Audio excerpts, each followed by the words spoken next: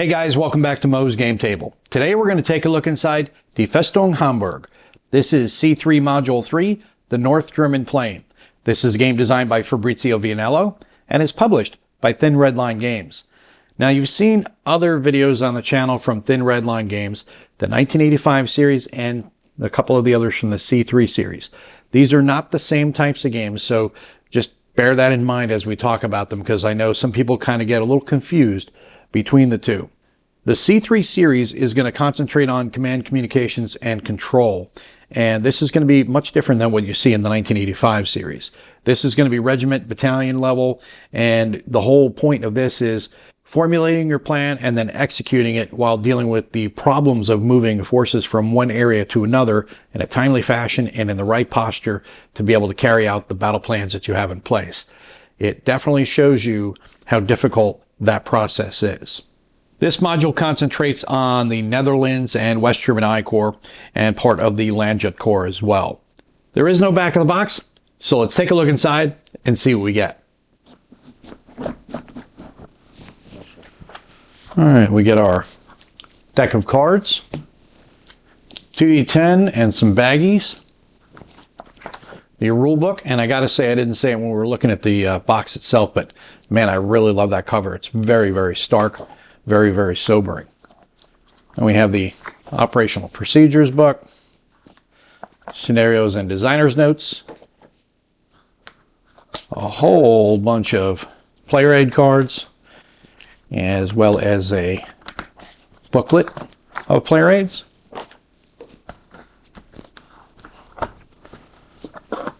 Our counter sheets, and our map. So let's set up the map and take a closer look at the game.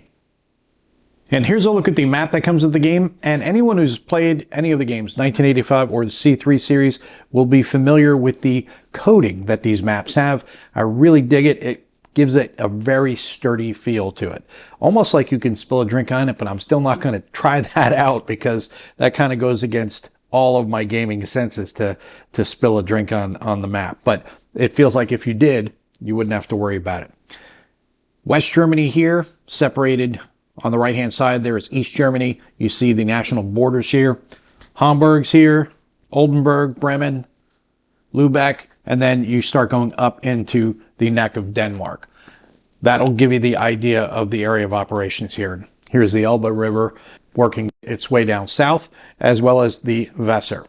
Very easy map to read, beautifully done, as are all the maps and all the components from Thin Red Line Games. So it should be really easy to play on, very easy to pick up where you're at, things like that. Well done again by Thin Red Line Games. Now we'll take a look at the player aids that come with the game. First off, we have the ground combat chart. Here's where you keep track of your combat differential and your combat support points. Below that, we have the ground combat sequence, combat modifier summary, electronic warfare effects, terrain combat modifiers, obstacle combat modifiers, weather combat modifiers, and chemical warfare combat modifiers. Next, we have our order of battle for North Ag Sector 1 and Baltap. And same for the Warsaw Pact, we have the Northern Front Sector 1 order of battle. Then we have the Warsaw Pact time track. This is where you're going to keep track of your time, as well as command points, engineer points, electronic warfare points, and your air points.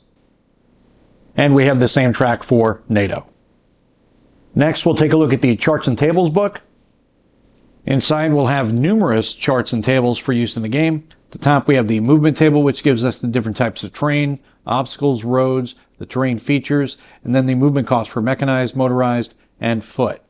On the right-hand side, we have tables for additional movement costs, force march, weather, as well as weather die roll modifiers and weather results. Below that, we have the postures chart. On the next page, we have the orders chart, and then below that, we have several tables. The bombardment table, bombardment die roll modifiers, and the bombardment results, detection level and detection modifiers, interdiction table and interdiction die roll modifiers, as well as the interdiction results, the AA fire table, as well as the AA fire die roll modifiers, and fire results on the bottom right. On the next sheet, we have the ground combat table, attacker combat support, defender combat support, ground combat results, terrain combat modifiers, obstacle combat modifiers, chemical warfare combat modifiers, and weather combat modifiers. Below that, we have the disengagement table and disengagement die roll modifiers, as well as the disengagement results. Then the air points table and the air points die roll modifiers. And on the far right, we have the resupply table and resupply die roll modifiers. Continuing on, we have the electronic warfare table, EW die roll results, EW results, and the intelligence table, as well as intelligence die roll modifiers and intelligence results. On the right-hand side, we have the nuclear attack table, nuclear attack die roll modifiers, the nuclear attack results, and the nuclear attack result modifiers. Below that, we have a breakdown of all the counters in the game, including units and the administrative counters, as well as the different unit types, sizes, and the unit nationality colors. And on the last 2 pages, we have the national unit abbreviations, as well as silhouettes for NATO and Warsaw Pact. At the bottom, we have the postures flowchart, so you can see how all the postures work together in relation to one another. Next, we'll take a look at a few examples of the event and action cards in the game. The 2 on either side are event cards. The 2 in the middle are action cards, Warsaw Pact cards on the top, and the NATO cards at the bottom. First event we'll take a look at is the Baltap Crisis. This one says, play at the beginning of the air phase. For the next 4 turns, NATO air points rolls for the following zones have an additional -3 DRM. North Ag Sector 1, North Ag Sector 2, and Centag Sector 1. At the bottom right for NATO, we have operation maps. Play during any bombardment phase. NATO chooses a hex in Baltap or North Ag Sector 1 and within 4 hexes from a NATO combat unit. For the duration of the bombardment phase, all Warsaw Pact units in the chosen hex have their detection value increased by 2. And then for the action cards, we have airstrikes and air mobile forces. For the Warsaw Pact airstrikes, play during the bombardment phase. For the current bombardment phase, Northern Front Sector 1 has 10 additional air points usable for interdiction and bombardment. Air mobile forces for NATO, play after the Warsaw Pact declared a prepared assault against a West German unit in North Ag Sector 1. NATO player rolls a die. On a roll from 4 to 10, air mobile troops successfully deploy, and current ground combat has an additional -2 combat modifier. Now, these will be assigned to you based on the scenario, and you'll be able to play them from there. It's not like you're just going to randomly draw the cards. They will be assigned per the scenario, so the card play will fit within the scenario parameters. And this is exactly how I like cards used in a war game. They add to the game, add some friction, they add some different uncertainties, they add some additional support fires, things like that. They're part of the action, they're not the center point of the action. Next, we'll take a look at the counter sheets that come with the game. On the first sheet here, we have NATO units, and each of these counters has a whole bunch of different pieces of information associated with it. The 2 numbers at the bottom on the left-hand side is the attack number, the right-hand side is the defense number. Then it's going to have other information, like that blue dot right there, that means it is amphibious. Next to the forum WG1, that means it is electronic warfare capable. Double S there means it is a soft unit, so on and so forth. There's a lot of information on these counters. That's why it has the breakdown in the player aid foldout that we looked at before. On the next sheet, we have the remainder of the NATO forces, as well as some administrative counters. Then we start with the Warsaw Pact forces. And the Pact forces finish up on counter sheet 4, with the remainder being administrative counters. And the final 3 sheets are administrative counters. These dog tags, these are attrition markers. Then we have some movement markers, nuclear markers, and then a panel bridge on the right-hand side. On the next sheet, we have some posture and order counters. And we finish out on the last sheet with the time markers. Next, we'll take a look at the rules. This is a 23-page black and white rulebook. On the inside of the front cover, we have the table of contents listing out all of the different rule sections, individual rules, and their associated page numbers. Start off with the introduction, which is going to explain to you the purpose of the C3 series, as well as the theater that this one is set in. Then we get into the overview, game equipment, general rules, game scale, time, turn format, the map, definition of terms, fractions, die rolls, and then we start with the sequence of play on page 4. And this is going to break down all steps in the sequence of play.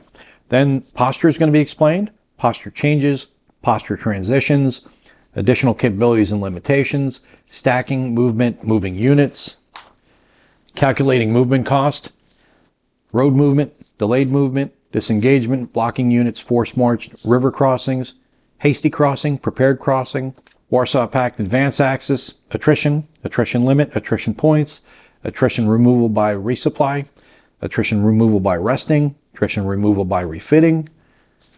You get into headquarters, headquarters posture, command range, ground combat, destruction, and reconstruction command points, and then tracking those.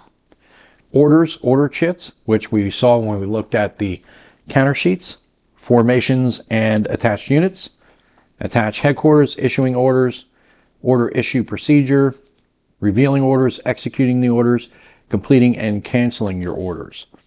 Then ground combat sequence, all broken down here. Attack type, retreat before combat, combat strength, defending units, combat modifiers, combat results, breakthroughs, advance after combat, combat support.